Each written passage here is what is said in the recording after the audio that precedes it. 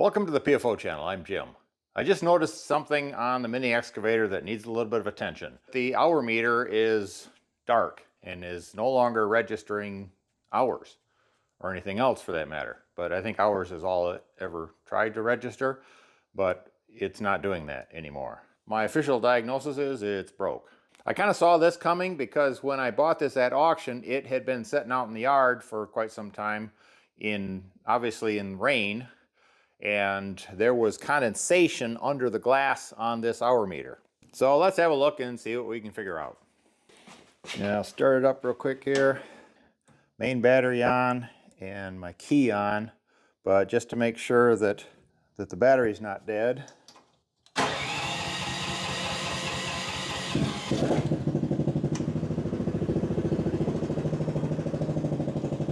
So my battery is not dead, and that thing is not registering. So I need to pull off these screws to pull this panel off of there.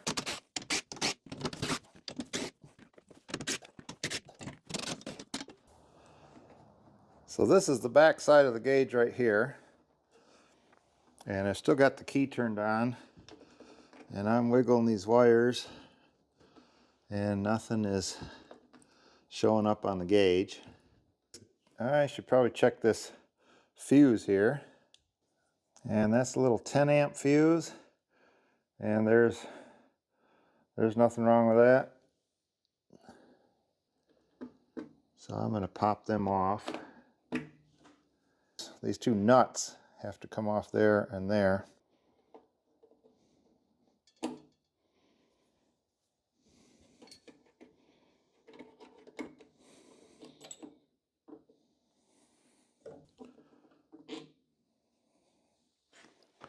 That's how these are held in, is that bracket spans the width of that hole, pinches it between this rim and these two legs.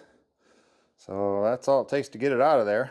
So it is pretty obvious that water got probably in around this rim, and it just corroded it from the inside, because you can see the water ran in and all the way out the back side right here. So that's not a big surprise. Now I could get one just like this and pop it right in there, but I'm going to use this opportunity to do a little bit of an upgrade. All right, this is what I plan on putting back in there. It is a Runleader brand. I have no association with Runleader. I bought this with my own money. This is not a paid promotion. I bought this on Amazon. I am an Amazon associate though, so I'm going to put a link down below for your convenience.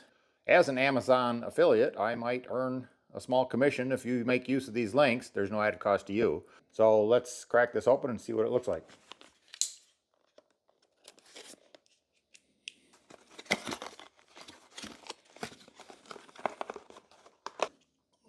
Okay, this is the meter face, and you can see the battery goes in the back there. It's use a coin to unscrew that. I'm not sure if it comes with a battery. We'll find that out in a minute. Here, this is just the main lead with a plug. Oh, there's gonna be all kinds of stuff popping out of there. Looks like some Allen type screws to mount it to a panel. Or there is a set of Velcro hook and loop with some 3M tape on there if I want to tape it down somewhere. And this is the other important piece here. Not that the other things aren't important, but this right here plugs in to this, and this is the temperature probe, and it looks like it's made to go around a spark plug, which would be the ideal point from which to monitor engine temperature. And then this yellow cord is for the speed sensing, and typically what you do with this is wrap it several times around a spark plug wire to get a good accurate reading. Now, to judge an accurate reading, it seems like I would need some other device that would also measure RPMs. Otherwise, you have no basis with which to judge how many wraps you got and what kind of reading you got based on those number of wraps. But that's the engineer in me coming out, so sorry about that. Let's just put some wraps on there and see what we get. All right? It's not rocket science. It's a mini excavator. Now, this is one unfortunate thing about it, and that is it's a totally different size and shape. I really wish I could find one like this that neatly fit into the hole that this 2-inch gauge came out of, but I did look and I failed to find such a thing. So I have a couple of options. One would be to go ahead and mount it up in here somewhere and run this cord down. Now, I don't know if I have enough cord length. I'd have to go down and over to the engine. And I think the spark plug, I don't know if the spark plug's on the rear end of it. We'll have to pop the hood and see, but I'm not sure I've got enough lead length on this to put it there. I may just end up plugging this hole and putting this maybe back here somewhere. Maybe over here. I'd have to drill a little hole to go down through there, and I'd probably put a grommet, rubber grommet on that. This could work if it's got enough lead length to get down over and back. What I don't like about that, though, is the lead comes out the side of this. If it came off the back, I would prefer that, because then I could drill a hole through there and run it down, and this would be hidden.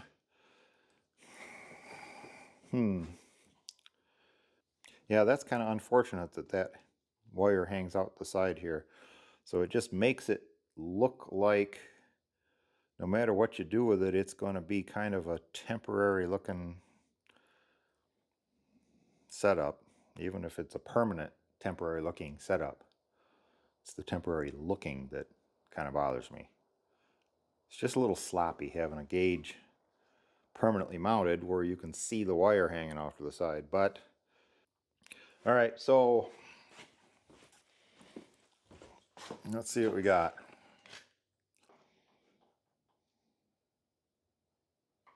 I'm going to climb up on there and see where my leg passes over.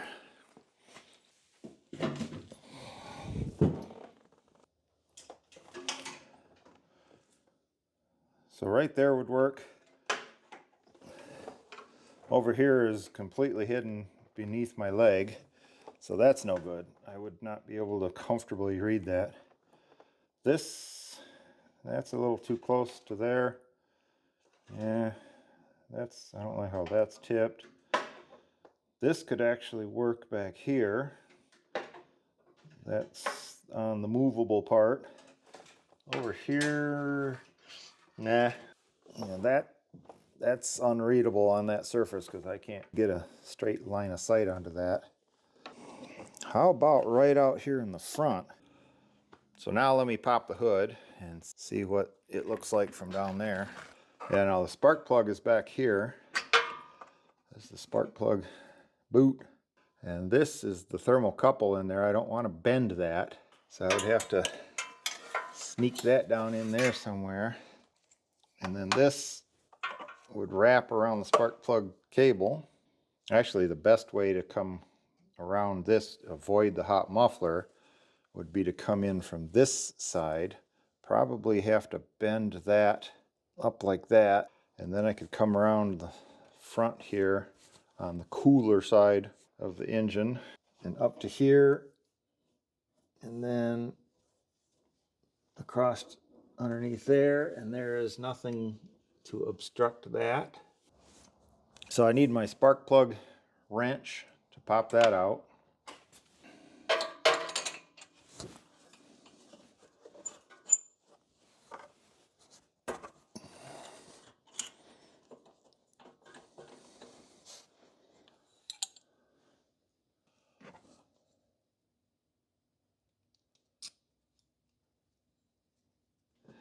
I'm going to modify this a little bit.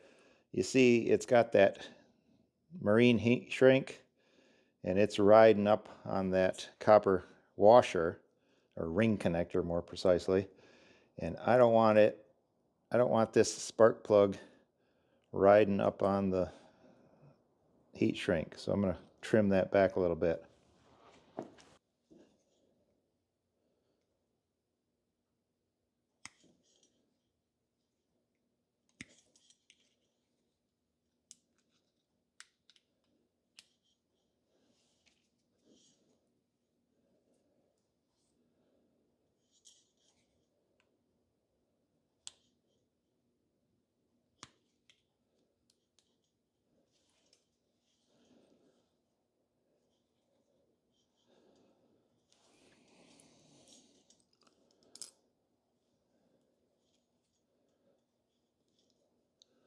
See that? Now the spark plug is not riding on top of that heat shrink at all.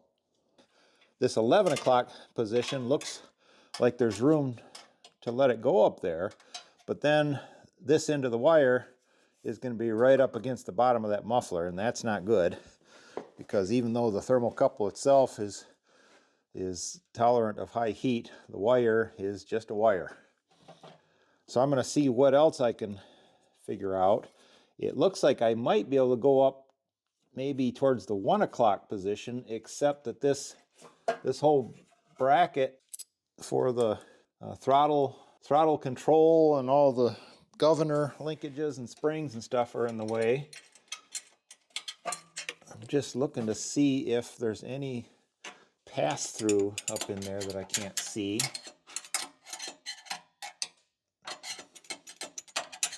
And if I can't get the head of this screwdriver through there, I'm certainly not going to be able to get this electrical connector through there. Before I do that, I'm going to put some wire loom over this. All right, there we go. So that looks much better. Now I can push that out through there. And when I'm securing this thing in its final spot, I have to make sure that it's not interfering in any way with the governor linkages or throttle linkages or choke linkages on this carburetor, because they are intolerant of any additional forces being applied to them. They just won't work right.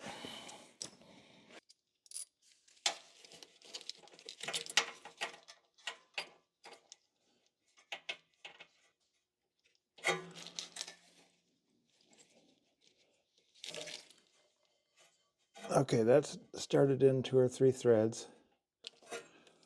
So now I can put the tool on it and run it in a little further. Yeah, we're not cross-threaded.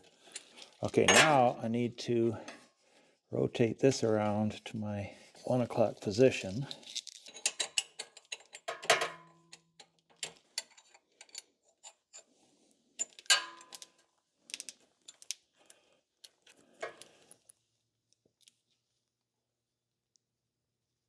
All right, that's tight.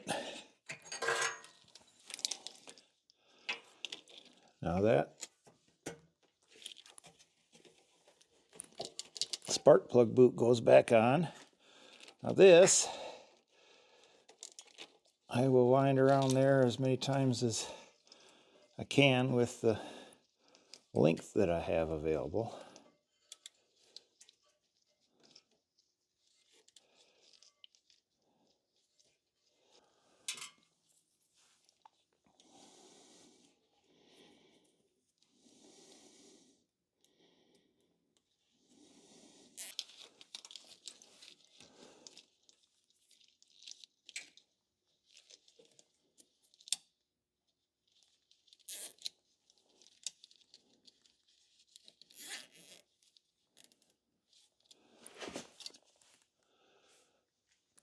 All right, that's hooked up there well.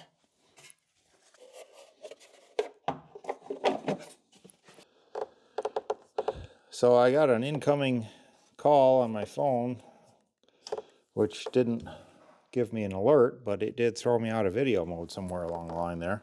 So what I've done is I've drilled through this, and I've selected a grommet here, and I chose the size of the drill and the grommet based on this size across here, so because that had to go down through the hole. Then I slit the grommet and tucked it in there. And I chose the Velcro, and notice that this loop side has a hole in it that has to correspond with a battery cover, and pushed it down. And I believe that's all you missed. So now I have to pop the hood again, and I will just connect this up.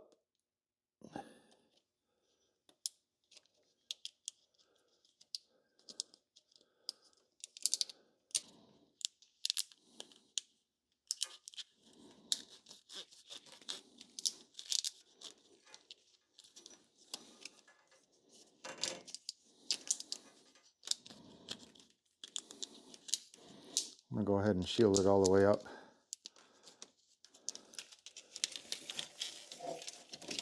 All the way up to here. And the slack, I'm just going to gather and put a zip tie around that.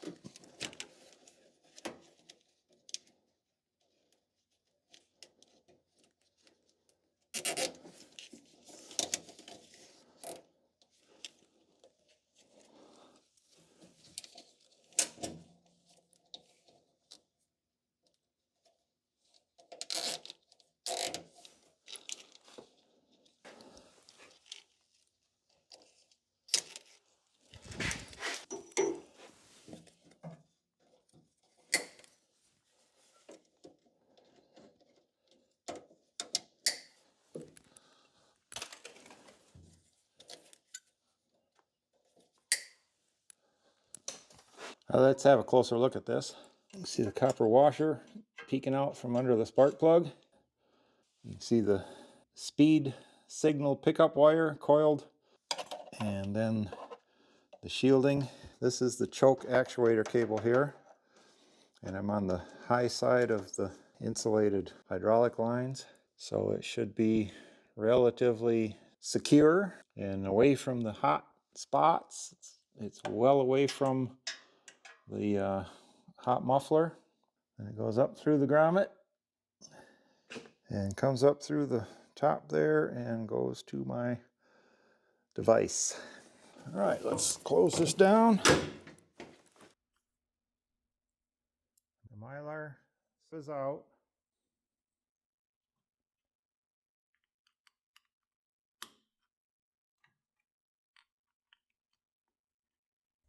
Now it says we can turn it on by holding the M or the S. How long? Maybe the M.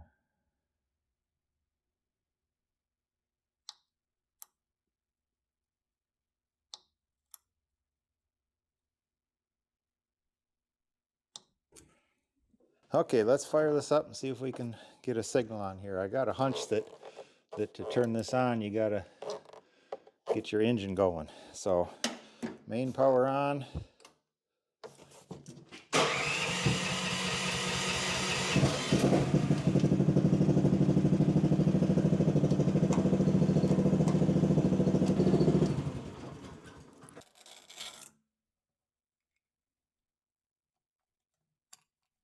This is supposed to be a 3-volt. So let's see, maybe this battery is dead that came from the factory. 2.76. It's a little weak. I'll put in a new one.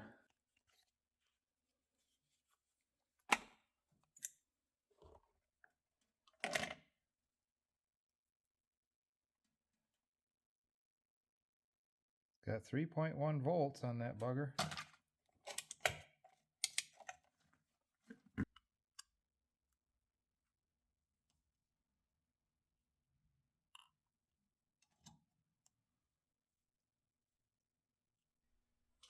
Okay, brand new Duracell.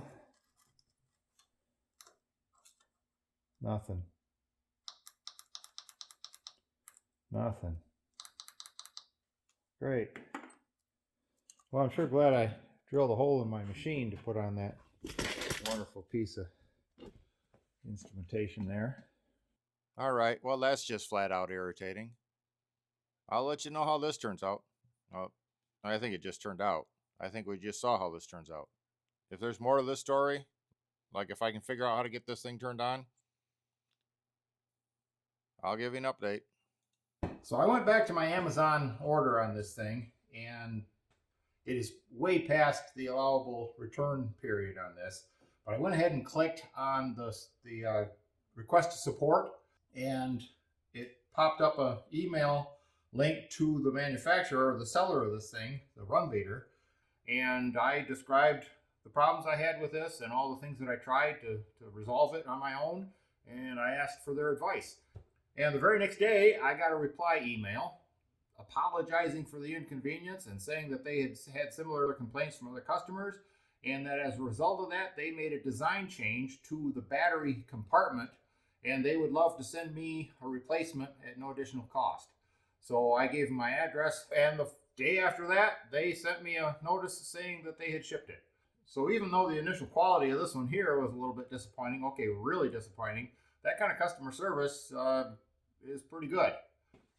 And there it is. So this is apparently the latest and greatest. Let me see what, it's the same model number. So let's open it up and have a look and see if we can detect what they did different. And most importantly, see if this one will power on.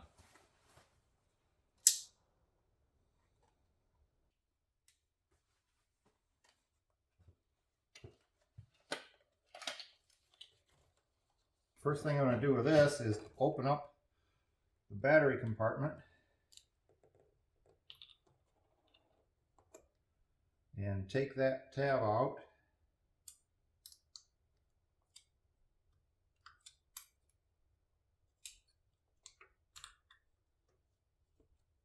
Right there.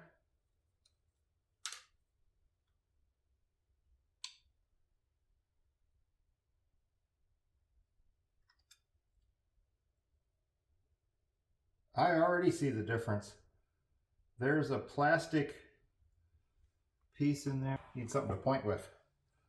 See these two little corners right there? They've added a plastic piece in there so it holds that battery nicely.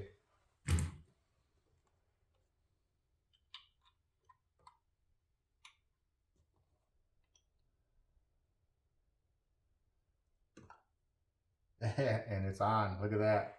It's powered on. Awesome. That is very cool. And I think hopefully this is the exact same plug, so all I have to do is pull this one off of there, not mess them up or not mix them up. Well, it'll be easy to tell which is which. The one that's turned on is the new one. I'm going to pop the hood and disconnect that from below.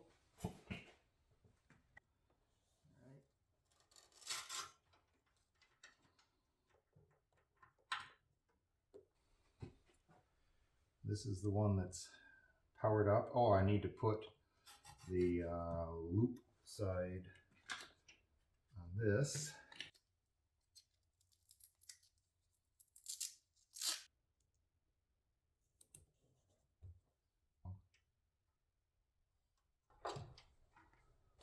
Now my grommet has to go back on there.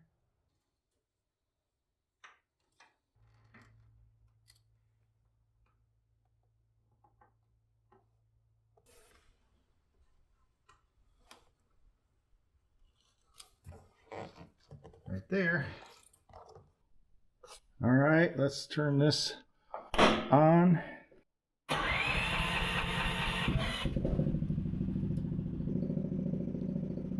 Oh, look at the backlight. Right here is the temperature is 26.7.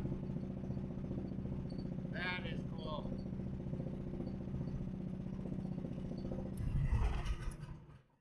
Oh, look, do you see that? a happy customer. Hats off to Runleader, man. You guys nailed it. I'm never going to put a link in the description to a product that I don't like.